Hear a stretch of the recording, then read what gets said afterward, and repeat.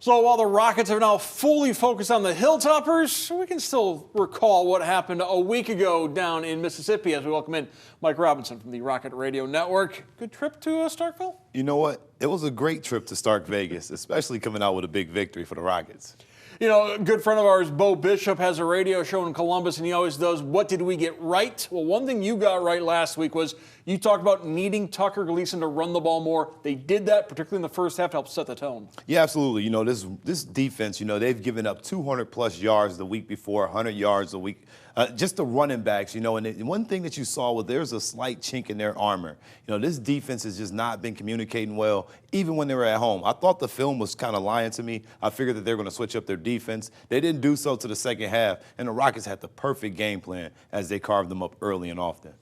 The amazing thing about this victory was it was not a close game at all. Usually when a MAC team upsets an SEC-type school, there's some flukes that go along the way. There was no flukes here. This was the Rockets dominating from the get-go. Jason Candle set the tone that first drive, and he said, no, we're going for it on 4th and goal from the 4 and getting a touchdown. You know what? I thought he was crazy for that at the moment. I sat there and I was just like, I'm like, you know what? But if they're able to get that, that was because they had confidence. And also to have a young line in there, have Zimmerly starting for his first game, 2 redshirt freshmen in the game.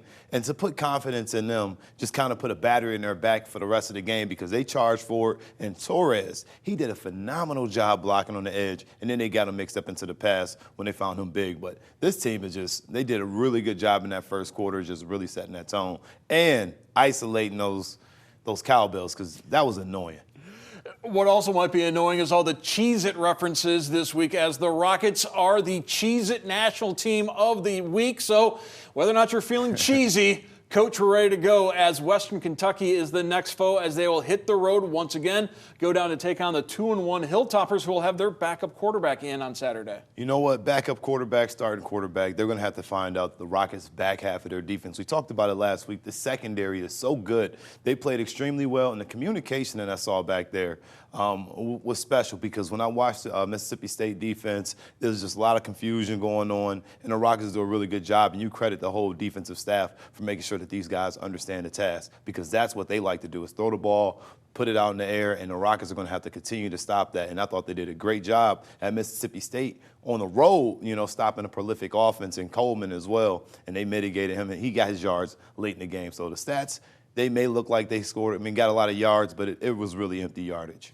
Certainly a concern is that the Rockets will have that little big game hangover and come out a little flat against Western Kentucky. But I thought Coach Candle addressed that right after the game, and that's been the message all week long. This is just the beginning of where we want to go. You know, I think that they got the right mentality coming into Mississippi State and going on the road. You know, this is a veteran team. Coach Candle, he's been there, done that. You know, as young as he is, he's an OG in the coaching game. And for what he understands is that his team has to be locked in. I thought on the road trip down there to Mississippi that team was more focused than I've ever seen them. I can only imagine that they understand that all their goals are right in front of them. They don't have really a difficult schedule in front, but that path to the playoffs stands right in front of them, and it's the Hilltoppers. And they just got to come out here and play extremely well on defense like they did last week. Yeah, don't forget Jason Candle's first year in Toledo, that 2015 team. That's when they went to Arkansas and beat 18th-ranked Razorbacks. Candle was the OC on that team, so he knows all about how to avoid that next week trap after coming up with a big victory. Mike Robinson, you can never trap him. Thank you so much for joining us this week. Hey, thanks for having me.